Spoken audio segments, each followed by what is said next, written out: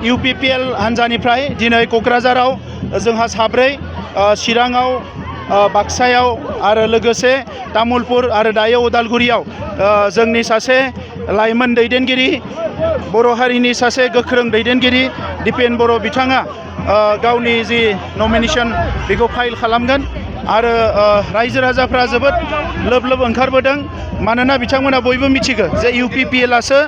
हारिखौ रैखाथि होनो हागोन UPPL आसो हारिखौ जौगाहोनो हागोन आरो लोगोसे UPPL जोंसो गोजोन थासारिया अरायसमबो थागोन दा बेवहाय जों बयबो नुनो मोनदों जे फैबाय थानाय बिसायख'थियाव बड'लेण्ड ओनसोलनि रायजो राजाफ्रा 15 मासिनि मादाव 10 निफ्राय 12 मासिखौ जेरैखि जाया देरहाहोनो थाखाय थांखि लादों आरो नमिनेशन फाइल दाखिल साबमिट खालामनायनि उनाव थासारि आरोबाव सोलायबावगोन दिपेन बर' बिथाङा जोबोद मोनसे मार्जिन लानानै देरहागोन बेयो निश्चित जाबाय